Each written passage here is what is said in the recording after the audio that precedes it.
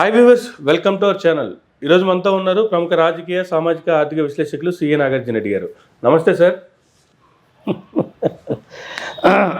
నీకేదో ఒకటో రెండో మూడో నాలుగో హాట్ టాపిక్స్ దొరుకుంటాయి. చెప్పు సార్. ఈరోజు అడగడం మీ బాధ్యత, జరిగినటువంటి సంభాషణ చెప్పడం మా బాధ్యత సార్. ప్రజలు ఏ విధంగా రిసీవ్ చేసుకుంటారనేది చూద్దాం సార్. సుప్రీంకోర్టులో ఈరోజు జరిగినటువంటి పరిస్థితులు చూస్తుంటే, గతంలో జగన్మోహన్ రెడ్డి గారి మీద ఉన్నటువంటి కేసులు సత్వర న్యాయం కావాలంటూ, ఆయన బెయిల్ రద్దు చేయాలంటూ, ఎవరెవరైతే కేసులో ఉన్నారో వాళ్ళకి ప్రభుత్వంలో ఉద్యోగాలు కూడా కల్పించబడుతున్నాయి అంటూ, దీని ద్వారా సాక్షులు ప్రభావితం చేసే అవకాశాలు చాలా ఉన్నాయి అంటూ ఆయన రకరకాల కేసులు వేస్తే, దాదాపుగా సిఐడి కోర్టులో 4-5 జడ్జిలు మారారు. ఇది దేనికి నిదర్శనం, ఇది దేనికి సంకేతం, ఇది ఎవరికి తెలియదు అనుకుంటూ ఆయన సుప్రీంకోర్టుకు వెళ్ళడం, సుప్రీంకోర్టులో ఇవాళ అసలు ఈ కేసులకి నీకు ఏంటి సంబంధం అని చెప్పేటువంటి పరిస్థితి సుప్రీంకోర్టు నుంచి వస్తే, ఆ తర్వాత ఆయన ఒక ప్రెస్ మీట్ పెట్టి ఆయన ఇచ్చినటువంటి వివరణ, సుప్రీంకోర్టు ఇవ్వాల్సినటువంటి తీర్పు ప్రజలు 2024 ఎలక్షన్లు ఇచ్చారు, జగన్మోహన్ రెడ్డి ఓడిపోలేదు, నేను గెలిచాను అనేటువంటి, ఆయన గెలవలేదు నేనే గెలిచాను అనేటువంటి ఇది ఆయన ఒక ప్రెస్ మీట్ ద్వారా కూడా ఆయనకు అభిప్రాయాలను వెళ్ళబుచ్చారు. ఏం సార్ అసలు ఈ ప్రెస్ మీట్ యొక్క సారాంశం ఏంది, సుప్రీంకోర్టు చెప్పినది? సరే, దాని గురించి చెప్పుకోవాలంటే సార్, ఈయన ఇంతకుముందు సిబిఐ కేసులో ఉన్నమాట ఆయనకు తెలుసు. రాజశేఖర్ రెడ్డి గారు ఉన్నంత కాలం కూడాను రఘురామకృష్ణరాజు గారు, రాజశేఖర్ రెడ్డి గారు మంచి ఫ్రెండ్స్ వాళ్ళు. ప్రజలు కూడా వాస్తవాలు తెలియాలి కాబట్టి చెప్పుకుందామా మరి. సార్, నాకు అత్యంత ప్రియమైనటువంటి నాయకుడైనటువంటి వైఎస్ రాజశేఖర రెడ్డి గారి కొడుకు ముఖ్యమంత్రి అయ్యాడు అని బాగా సంతోషించినటువంటి వ్యక్తుల్లో రఘురామకృష్ణరాజు గారు కూడా ఒకడు.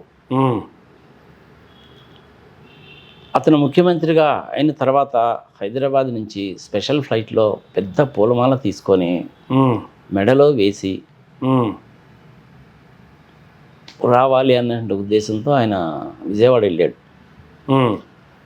ఆయనకు అక్కడ కొంచెం అవమానం జరిగినట్టే అనుకోవాలి. మధ్యలో వాళ్ళ మూలకమే జరిగిందిలే పాపం. అందులో జగన్మోహన్ రెడ్డి తప్పు లేదు, ఈయన తప్పు అంతకంటే లేదు పాపం. సరే, అదేదో గతంగా జరిగిపోయింది అది. అక్కడ మెయిన్గా ఏమొచ్చిందంటే, ప్రజలకు కూడా తెలియాలి కాబట్టి అమర్ సార్, ఎగో ప్రాబ్లం వచ్చింది అక్కడ. అదొక్కటే ప్రాబ్లం. ఓకే. ఆర్థిక పరమైన విషయాలు కానీ, వ్యాపారపరమైన విషయాలు కానీ, ఇంకొకటి వాళ్ళిద్దరి మధ్య ఏమీ లేవు. ఓకే. ఇవన్నీ మీకట్ట తెలుసండి అని చెప్పి జనాలుగా నువ్వు అడుగుతావు, ప్రజలు అడుగుతారుగా. సార్, ఈ విషయం వచ్చిన తర్వాత నేను ఒకసారి ఢిల్లీలో ఆయన ఇంట్లో కలిస్తే వివరంగానే చెప్పాడు. రఘురామరాజు గారే చెప్పారు. అది ఏమీ లేదు, ఏగో ప్రాబ్లం తప్ప ఇంకేమీ లేదు, మించి అక్కడ ఏమీ లేదు. ఓకే. అంతకుముందు కరోనా టైంలో నేను ఒక 2-3 వీడియోలు చేశాను రఘురామకృష్ణ గారు చేసినటువంటి దాని మీద. రోజు టీవీ5 వాళ్ళు అక్కడ ఉండేవాళ్ళు, ఆయన ఇంట్లో ఉండేవాళ్ళు. జనరల్గా ఆయనకి ఢిల్లీలో ఇచ్చిన క్వార్టర్ కూడాను 2 సార్లు 3 సార్లు ఎంపీగా గెలిచిన వాళ్ళకి ఇస్తారు. కానీ ఆయనకు అందులో క్వార్టర్లో సంపాదించాడు. 3-4 కమిటీల్లో మెంబర్స్ కింద ఉంటారు వీళ్ళు. డిఫరెంట్ స్టాండింగ్ కమిటీస్ ఉంటాయి, 30-40 స్టాండింగ్ కమిటీస్ ఉంటాయి. ఈయన కూడాను 2 కమిటీస్లో 3 కమిటీస్లో స్టాండింగ్ కమిటీ మెంబర్గా ఉన్నారు. కరెక్ట్గా గుర్తులేదు నాకు, చెప్పాడు కానీ నాకు ఆయన. ఒక కమిటీకి చైర్మన్గా ఉంటారు నార్మల్గా. ఓకే. జగన్మోహన్ రెడ్డి గారు అప్రూవల్ తోటి అక్కడ లాబింగ్ చేసుకొని 2 కమిటీలకి చైర్మన్ ఆయన. ఓకే.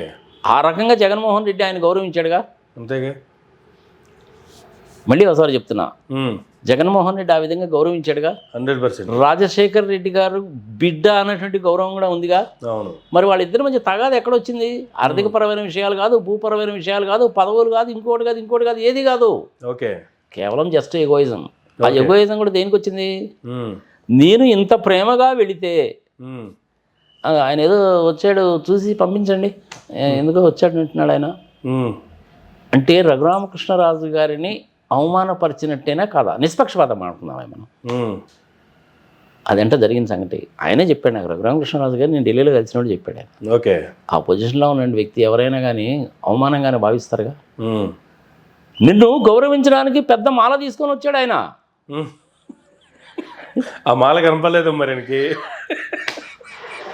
ఆయనే చెప్పాడు. సో అది వాళ్ళిద్దరి మధ్య జరిగింది, అపార్థం చేసుకోవాల్సిన పని లేదు. అప్పటి నుంచి ఏంటంటే ఈయనకు ఎగోయిజం అనేది ఎక్కడ దాకా వచ్చింది అనేసి అంటే చివరికి కేసులు పెట్టేదాకా వచ్చింది. హైకోర్టులో కేసులు పెట్టాడు, సిబిఐలో కేసు పెట్టాడు, కొట్టేశారు. హైకోర్టులో కేసు పెట్టారు, కొట్టేశారు. సుప్రీంకోర్టుకి వెళ్ళారు, కొట్టేశారు. ఏమని అడిగారంటే ఆయన్ని, రఘురామకృష్ణరాజు గారిని, అసలు మీకన్ను దీనికి సంబంధం ఏంటి అని అడిగారు. మొట్టమొదటిసారి నేను సుప్రీంకోర్టుకి వెళ్ళినప్పుడు కేసు అడ్మిట్ చేసుకోవాలా, తర్వాత ఏదో ఓసీ నెంబర్ ఇచ్చి అడ్మిట్ చేసుకున్నారు. ఐ థింక్ ఇవాళ అనుకుంటాను వచ్చినట్టుంది, అది కొట్టేశారు. అది కేసు కొట్టేయడం అంటే అర్థం ఏంటంటే మీరు జగన్మోహన్ రెడ్డి కేసులు తొందరగా పరిష్కరించండి అంటున్నారు, ఆయనకి ఇచ్చిన బెయిల్ని రద్దు చేసేయండి అని కూడా అంటున్నారుగా. బెయిల్ రద్దు చేయాలి అని ఎవరు పిటిషన్ పెట్టాలి? సిబిఐ కోర్టులో ఉంది కాబట్టి సిబిఐ వాళ్ళు అడగాలి. వాళ్ళే అడగడం లేదు, మధ్యలో మీరెవరండి అడిగేది? అది సుప్రీంకోర్టు వాళ్ళు అడిగింది. అందుకని కేసు కొట్టేశారు. ఓకే, సరే, ఇంకా రఘురామకృష్ణరాజు గారి సంగతి మనకు తెలిసిందే కదా. మంచి ఫ్యామిలీ నేపథ్యం ఉన్నటువంటి వ్యక్తి, సంగతి సమాచారము. మనుషులు ఇంటికి వెళ్తే కూడాను చాలా చక్కగా రిసీవ్ చేసుకుంటాడు, చక్కగా మాట్లాడతాడు. సరే, బ్యాంకుల దగ్గర నుంచి లోన్లు తీసుకోవడము, డిలే చేయడము, ఎన్పిఎల్ కింద కన్వర్ట్ కావడం, ఇవన్నీ మామూలుగా. ఇంకా సుజనా చౌదరి చేసినా, విజయ్ మాల్యా చేసినా, వీళ్ళందరూ చేశారు. ఈయన కూడా అట్టండి ఏదో కాస్త కోస్తా చేశాడు. 800 కోట్లు ఏమో బ్యాంకులకి సంగతి సమాచారం అనేది ఉంది. So that is a different issue. ఇద్దరి మధ్య వచ్చింది ఏంటంటే ఎగో ప్రాబ్లం తప్ప ఇంకేం కాదు. ఐ థింక్ 62 సంవత్సరాలు 63 సంవత్సరాలు ఆయనకి. జగన్మోహన్ రెడ్డి వయసులో చిన్నాడు. ఆయనేమో ముఖ్యమంత్రి హోదాలో ఉన్నాడు, ఈయనేమో ఎంపీ హోదాలో ఉన్నాడు. వాళ్ళ నాన్నగారి మీద గౌరవంతో వచ్చాడు. సాధారణంగా ఆహ్వానించుంటూ పోయిండేదిగా. ఏమండి రఘురామకృష్ణరాజు గారు రండి సంగతి సమాచారం అని ఒక చిన్న మాటని ఒక 2 నిమిషాలు, ఎంత బిజీగా ఉన్నా సరే ఒక 2 నిమిషాలు స్పెండ్ కనుక చేసుంటే ఆ పొలమాలు వేసారు, ఫోటో దిగేది, సంతోషించేవాడు, వెళ్ళిపోయేవాడు. ఇంకంతటితో ఇష్యూ క్లోజ్. ఇది ఇంత దాకా వచ్చేది కాదే వారం. కానీ ఒకసారి ఏమవుతుందంటే అది ఏమని చెప్తారు సార్, మేము గోటుతో పోయేది గొడ్డల్లాగా తెచ్చుకోవడం అంటారే, అట్లా అయిపోయింది ఇది. దాంతో ఆయన ఎగో దెబ్బతినేసరికి ఈ వ్యవహారం అంతా కూడా జరిగింది. కానీ అల్టిమేట్గా ప్రెస్ మీట్ పెడతాడని చెప్పి నేను అనుకున్నాను. నేను గ్యారంటీ అదేవిధంగా ప్రెస్ మీటే పెట్టాడు ఆయన. ప్రెస్ మీట్ పెట్టి ఏమంటాడు, ప్రజా తీర్పు ఇచ్చినప్పుడే నేను గెలిచినట్టు లెక్క అంటాడు. సరే, ఇంక అంతకంటే ఏం చెప్తాడు పాపం, ఏదో ఒకటి చెప్పాలి కాబట్టి చెప్పాడు, పెద్ద సీరియస్గా పట్టించుకోవాల్సిన పని లేదు. జేడీ లక్ష్మీనారాయణ గారు అంతకుముందు వీళ్ళంతా కూడాను 1,00,000 కోట్లు 1,00,000 కోట్లు 1,00,000 కోట్లు అని అదే పరం ఊదర కొట్టేసేవాళ్ళు కదా అమర్. చూసి చూసి చూసి చూసి జేడీ లక్ష్మీనారాయణ గారు ఎప్పుడైతే 1,500 కోట్ల రూపాయలకి సరైనటువంటి ఎక్స్ప్లెనేషను, డాక్యుమెంట్స్ చూపించలేదు, అది మాత్రమే కేసులు అని చెప్పారు. టోటల్గా 31 కేసులు, 11 ఛార్జ్ షీట్స్. ఇంకా 1,00,000 కోట్లు అనేది పోయింది ఆయన చెప్పిన 1,500 కోట్ల రూపాయలు అన్న తర్వాత. ఈ మధ్య నాకు తెలిసిన వ్యవహారం ఏంటంటే ఐ థింక్ ఆల్మోస్ట్ ఒక 1,200 కోట్ల వరకు క్లియర్ అయిపోయిందట. అది డాక్యుమెంటరీ ఎవిడెన్సెస్ కానీ ఎక్స్ప్లెనేషన్స్ కానీ ఇచ్చి క్లియర్ అయిపోయిందట. ఇంకొక 300 కోట్లకు ఏమో ఉంది, దానికి కూడా కనుక ఇచ్చినట్లయితే క్లీన్గా బయటకు వస్తుంది. 360 కోసుకుంది ఇంకా. అదే. సో సిబిఐలో 5 జడ్జీలు మారారు, అయినా కేసు తేలలేదు. సంగతి సమాచారం అంటే ఎట తేలుతాయి? ఆంధ్రప్రదేశ్ విభజనకు సంబంధించినటువంటి కేసు 2014లో పెడితే ఇంతవరకు దిక్కుమొక్కు లేదు. అవును, పోలవరం ప్రాజెక్టు కట్టి పెట్టి రంగులు వేసి ప్రభుత్వానికి హ్యాండ్ ఓవర్ చేయాలి అని ఆంధ్రప్రదేశ్ విభజన చట్టంలో రాస్తే దానికి దిక్కు లేదు. దానికి కూడా ఇప్పుడు ఏదో హైట్ తగ్గించి సంగతి సమాచారం గందరగోళాలు చేస్తున్నారు. దానికి ఎంత పవర్ఫుల్ వర్డ్స్ వాడారో తెలుసా నీకు అందులో? Sir, completing and handing over of Polavaram dam is very much expedient. చాలా పవర్ఫుల్ వర్డ్స్ వాడారు. మరి 10 సంవత్సరాల నుంచి కాలేదుగా సార్. ఇంకా అట్లాంటప్పుడు ఇంక ఈయన వేసినటువంటి ఈ కేసులకు ఏముంటుంది చెప్పు? అంతేగా, 2 విషయాలు అబ్బాది. ఈ కేసుతోటి మీకు సంబంధం లేదు, సిబిఐ కోర్టులో ఉంది, వాళ్ళు వాదోపవాదనలు వింటాము, మీరు ఇక్కడ దాకా రావాల్సిన అవసరం లేదు. ఇన్ఫ్లుయెన్స్ చేస్తారు కాబట్టి వేరే కోర్టుకు బదిలీ చేయండి అని చెప్పి మీరు అడుగుతున్నారు. అసలు మీరెవరు అసలు ఈ విషయాల గురించి అడగడానికి? సిబిఐ వాళ్ళు అడగాలి ఆ సంగతి. అడిగితే సిబిఐ వాళ్ళు అడిగి ఉండొచ్చు. సిబిఐ వాళ్ళకి దేశమంతా ఒకటే, ఈ కోర్టు ఆ కోర్టు సంబంధం ఉండదు, అది స్పెషల్ కోర్ట్స్ కదా, వాళ్ళు అడగాలి. కానీ మీరెవరండి అడగడానికి అన్నారు. Case close. సుప్రీంకోర్టులో ఏమవుతుందంటే ఒకసారి ఇట్లాంటి కేసును అసలు నార్మల్గా అడ్మిట్ కూడా చేయరు. ఓకే, ఆ కేసు సారాంశం ఏందనేది చదువుతారు, ఇందులో మీ ప్రే ఏంటి చదువుతారు. ఫ్యాక్ట్స్ ఆఫ్ ద కేసు ఏంటి, డాక్యుమెంటరీ ఎవిడెన్సెస్ ఏంటి, అటాచ్మెంట్స్ ఏంటి, ఫైనల్గా మీరు కోర్టుని ఏమి అభ్యర్థిస్తున్నారని చదువుతారు అక్కడ ఉండే రిజిస్టర్స్ కానీ వాళ్ళు కానీ. ఓకే, ఇందులో ఏం పెద్ద పాయింట్ లేదా బాగుంటే అసలు కేసు అడ్మిట్ కూడా చేయరు. ఓకే, సరే ఇందేదో కేసు ఏదో అడ్మిట్ చేశారు, తేల్చి అవతల పడేశారు 4 రోజులు. దేనికోసం వెళ్ళాడు ఆయన అనేసి అంటే కేవలం ఎగో, ఓకే, అంతకుమించి ఏం లేదు. ఇంతకుముందు ఒకసారి ఇలాగే ఆయనే చెప్పాడు తెలుసా, ఏదో మన నెల్లూరు వాళ్ళకి ఒక సామాన్ చెప్తారు, ఇది ఆ తడి కంటే ఈ తడే మేలు అని ఒక సామెత నెల్లూరు ఏరియాలో, మన గోదావరి ఏరియాలోనూ గుంటూరు కృష్ణాలో ఉండదు, అది తెలంగాణలో వాళ్ళకి మత తెలియదు వాళ్ళకి, అట్లాంటిది అనమాట ఇది. ఇదేంది రే బాబు అని ఇప్పుడు ఆయన బయటపడి చెప్తున్నాడు, ఓరి ఆయన ఈ తెలుగుదేశం పార్టీలో ఉండేదానికంటే వైఎస్ఆర్సీపీలోనే బెటర్గా ఉంది రే బాబు అని. మనకి అక్కడే అర్థమైపోవాలి అతని సంగతి. లోపలేమో మనిషి ఆనందపడుతుంటాడు, సుప్రీంకోర్టు వాళ్ళు బాగానే చెప్పారులే, ఇదేదో బాగానే ఉందిలే, అందులో ఇప్పుడు ఆయన కూడా మనిషి ఓడిపోయి ఉన్నాడు కదా అని చెప్పి లోపల సంతోషపడతాడు. కానీ పట్టుకొని లాగాడు కదా ఇప్పటి వరకు, దాన్ని సమర్థించుకోవాలి కాబట్టి మీటింగ్ పెట్టి ఏదో ఒకటి చెప్పాలి కాబట్టి చెప్పాడు. ఇప్పుడు మన డొనాల్డ్ ట్రంప్ ఉన్నాడబ్బా, ఇప్పుడంటే అమెరికాకి ప్రెసిడెంట్ అయ్యాడు, his excellency the honourable president of United States of America. Last time ఓడిపోయారు ఆయన, ఓడిపోయినప్పుడు ఆయన ఏమన్నారు, నేను ఈ ఎలక్షన్స్ నమ్మడం లేదన్నాడు.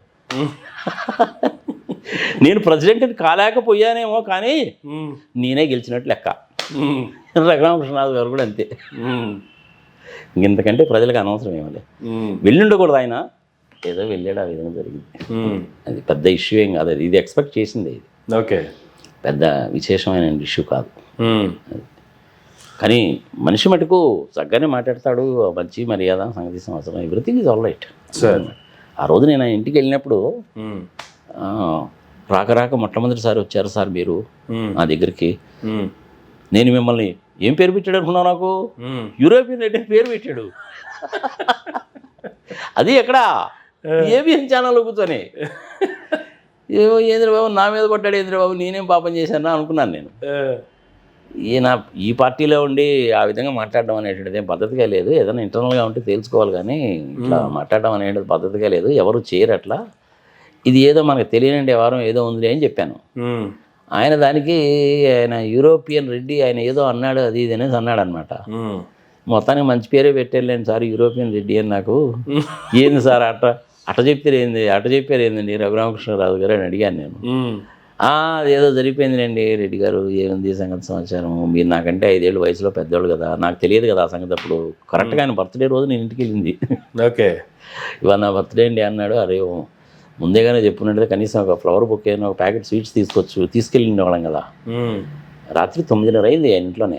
ఓకే, ఆయన మిస్సెస్ ఆయన కొడుకు 3 ఉన్నారు. మీరు భలేవాళ్ళేనండి, రాక వచ్చి మా ఇంటికి వచ్చి మీరు వంచేయకుండా వెళ్తారా, నాకు అక్కడ హోటల్లో సంబడి ఈజ్ వెయిటింగ్.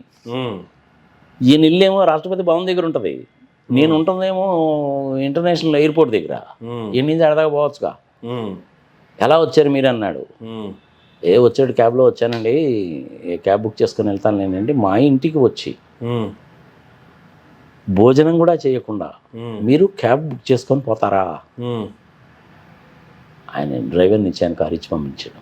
ఓకే, ఆయనకి నాకు మధ్య ఏం జరిగిందంటే ఒక చిన్న ఇష్యూవే, ఆయన గురించి నేను చెప్పేటప్పుడు ఏకవచనం సంబోధన చేశానంట, అంతే పాయింట్ అది. ఓకే, మీరు నన్ను ఏకవచనంతో సంబోధించారండి అన్నాడు రఘురామకృష్ణరాజు గారు.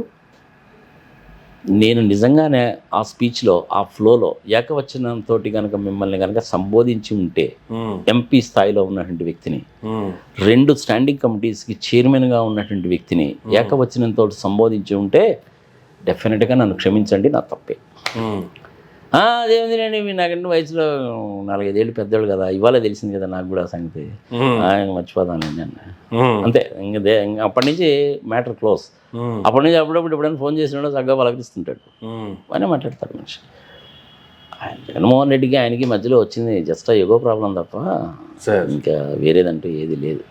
అది సార్ రైట్. ఇంకా రైట్ సార్.